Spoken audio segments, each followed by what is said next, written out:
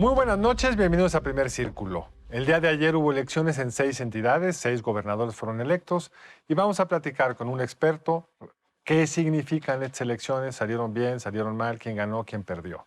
Luis Carlos Ugalde, bienvenido. Hola, Carlos. Hola, Federico. Buenas noches. Carlos, buenas noches. A ver, empecemos por los resultados. 4-2. ¿Es un buen resultado para el gobierno? ¿Es un buen resultado para la oposición? ¿Cómo lo lees? Yo creo que para Morena es un buen resultado, obviamente porque sigue su racha ganadora que inició hace 5 años y ahora llega a 20 gubernaturas. Porque no había nada en juego de ellos, toda la ganancia es neta. Así es, efectivamente. Claramente ellos querían ganar un 5-1 o un 6-0 para generar la idea de que arrasaban, de que aniquilaban, que es un poco la lógica de la guerra de López Obrador. No lo lograron, pero es un buen triunfo, la verdad. Ahora bien, para la oposición yo creo que es un triunfo parcial en el sentido de que no fueron aniquilados, de que sobre todo en Durango, donde lograron hacer una coalición, postularon un buen candidato, dieron la batalla y ganaron bastante bien. Mucho mejor de lo que las encuestas decían, ¿eh? Sí. Así es, que decían que iba a estar cerrada, ganaron por 15 puntos. En Tamaulipas perdieron, pero no perdieron de forma aplastante, cerraron el margen un poco a 8 puntos. En fin, yo creo que la oposición puede salir y decir, seguimos vivos. No es un triunfo apabullante, pero siguieron vivos y sobre todo yo creo que el resultado de ayer le da a la oposición los argumentos para seguir compitiendo juntos y yo creo que esa será la tónica hasta 2024. Una reflexión sobre Durango que me parece importante. Hubo también elección de presidencias municipales y ellos sí trabajaron mucho, que la coalición realmente fuera una coalición.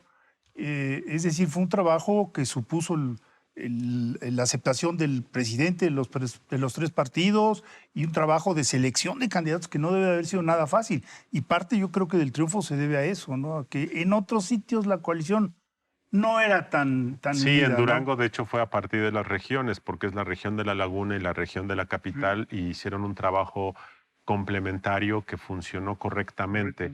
Y ahí en las zonas urbanas, ayer solamente fue en caso de Durango que se eligieron ayuntamientos, la oposición ganó, lo cual nos da pie a pensar que cuando las votaciones son bajas, como fueron las de ayer, esto facilita que Morena, antes el PRI, ganan apabullantemente. En la medida en que empieza a participar más la gente, digamos los se números, equilibran porque las es cosas. bien interesante. Digamos, en Quintana Roo la participación estuvo por 39%. debajo de 40, mientras que en Durango estuvo por arriba de 50. Así es. Esos 20 puntos hacen la diferencia. Así es. Sí, sobre todo si salen a votar por Así la es. oposición. Y la razón es la misma que existía en el siglo XX. Morena gana apabullantemente cuando la participación es baja porque la gente que hace la diferencia son aquellos vinculados clientelarmente al gobierno, funcionarios de gobierno, gente que vive de las burocracias políticas. En la medida en que más gente sale a participar, pues ese control territorial que da la hegemonía se va diluyendo claramente.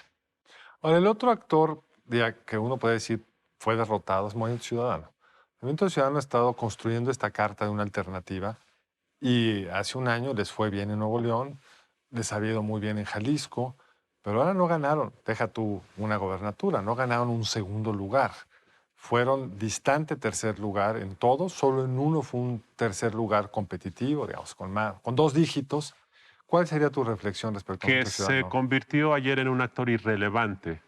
Y esta palabra es muy importante porque incluso si Movimiento Ciudadano hubiera declinado a favor de la coalición PAN, PRI, PRD, no hubiese hecho diferencia.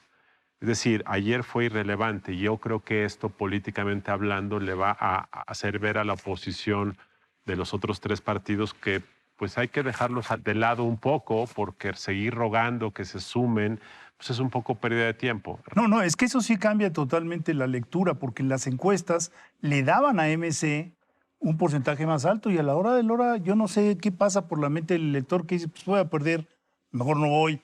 ¿No? Porque Además, sí hay de 2 y 3%, ¿no? Entonces... Pero lo que es bien interesante lo que dice Luis Carlos es que en las encuestas, caso Durango, ese 2 o 3% pudo haber hecho la diferencia. O sea, en lo que marcaban las encuestas, ese 3% pudo haberle dado el triunfo a uno o a otro. Pero el resultado en Durango fue tan amplio que ese 3 o 4% que obtuvo Movimiento Ciudadano no hubiera cambiado nada. Nada. Y ese es el uso exacto del término irrelevante. Fue estadísticamente irrelevante. No está haciendo un juicio de valor. Es lo que los datos nos dicen. Así es. Ahora, el otro cara en la moneda es el PRI. O sea, el PRI pues, no ha logrado retener una sola de las gobernaturas que era suya desde que arrancó esta administración. Tuvieron un triunfo muy importante en Durango con un candidato emanado del PRI en su coalición con el PAN y con el PRD. ¿Qué nos dice eso del futuro del PRI, sobre todo de esas dos entidades, una tan importante que estarán en juego el año entrante? Me refiero al Estado de México. Yo creo que el PRI se puede volver en un partido testimonial muy pronto. Es decir, se queda con 3 gubernaturas. El próximo año creo que va a ser competitivo el PRI en el Estado de México y en Coahuila. No tanto por la marca, sino por quienes son los gobernadores. Pero claramente la marca está. Y algo que debemos decir, ayer lo que ocurrió también es que 3 gobernadores del PRI decidieron jugar para su persona. Sí. El gobernador Omar Fayad de Hidalgo, que se peleó con el Comité Nacional del PRI cuando se designó a la candidata Carolina Villano y que seguramente se quedó inerte.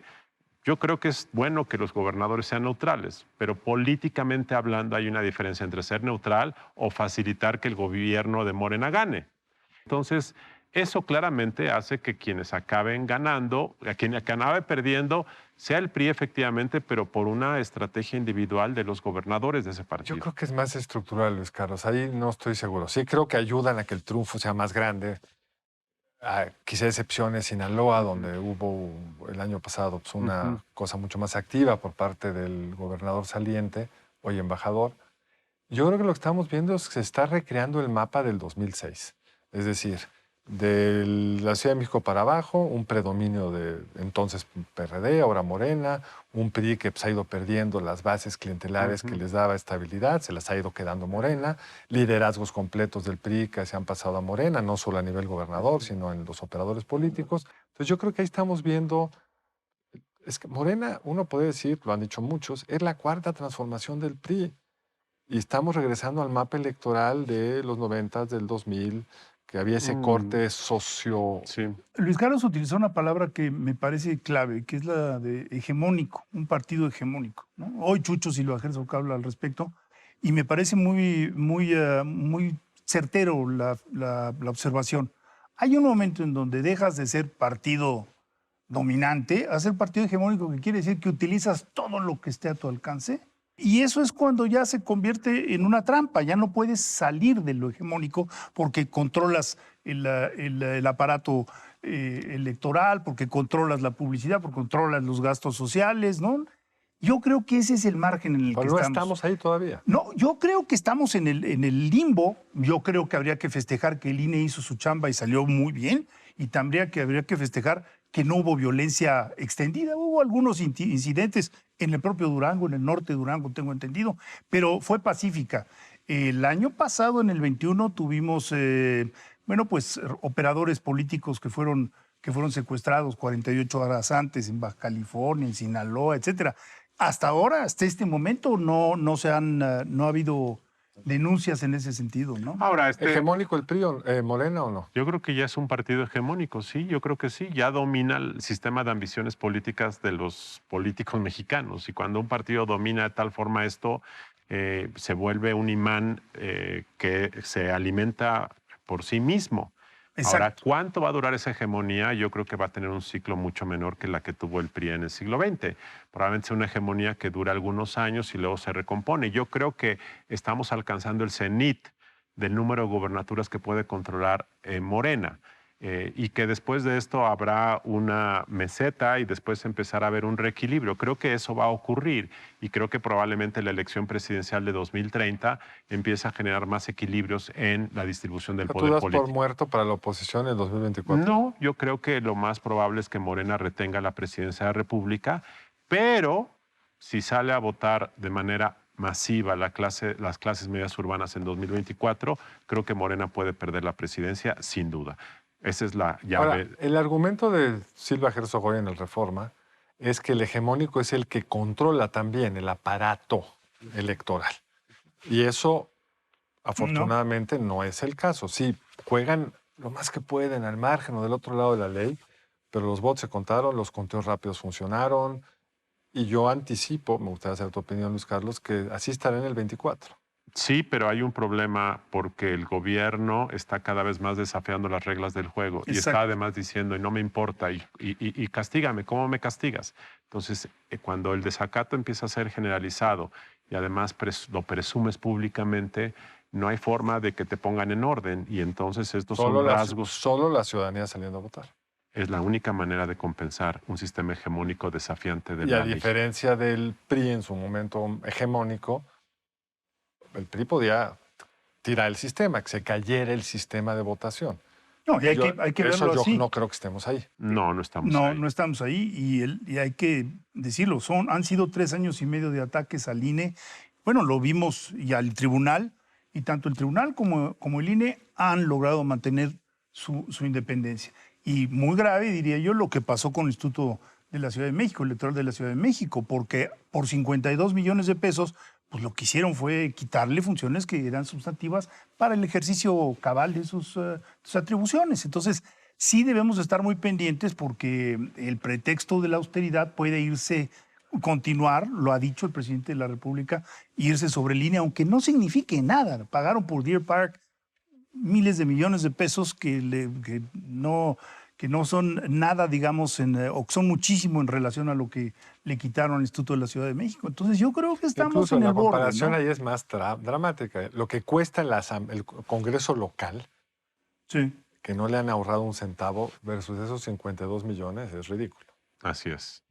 Ahora, tú hiciste un gesto y ya no lo reaccionaste. Me decía que el mapa electoral se está pareciendo al que había antes del 2000, en el 2006, digamos, en el sentido de que el partido oficial es mucho más fuerte que Morena, la base electoral del PRD es mucho más fuerte en el sur que en el norte. Pero ciertamente hay una diferencia, que entonces el PRI era un partido que estaba perdiendo, estaba en esta fase ya de salida. Y lo que dices, que me parece bien interesante, es que Morena está llegando a su cenit. Yo creo que sí. Sí, la distribución del voto es la que es, pero es muy fuerte en Sonora, en Sinaloa, en Baja California, las 2 bajas, ganó Tamaulipas. Y me parece que el punto nodal, que todavía no lo conocemos, es la evaluación de los gobernadores de Morena, de acuerdo a las encuestas, es menos buena que la de los gobernadores del PAN y similar a los del PRI. Si hasta ahora hemos estado viviendo la llegada de Morena a los estados, no han renovado más que la gobernatura. En 2024 vamos a ver la evaluación de varios gobiernos y ahí Morena va a empezar a perder gobernaturas. Es donde vamos a ver eso. Por supuesto, sí. Varias de ellas las puede perder. Entonces, yo creo que va a empezar a reequilibrarse. Son 2 cosas diferentes, las gubernaturas y la presidencia. Es muy importante. Ganar la presidencia no es ganar gubernaturas y esto es la consecuencia natural. Yo creo que son 2 tipos de competencia. Y esto es muy importante porque de repente escucho que ya todo el mundo está desanimado y dicen, no, Morena ya va a ser el vencedor. Yo creo que es probable, pero es otra historia la de 2024. La política, como decía un clásico, una semana es una eternidad. Así es. Pero Luis Carlos, el tiempo se va rápido. Gracias, Muchísimas gracias. gracias Carlos. Luis Gracias, Carlos, Federico. Mil gracias, de verdad, por estar aquí. Nos vemos la próxima aquí en Primer Círculo. Buenas noches, lo esperamos el lunes entrante aquí en Primer Círculo.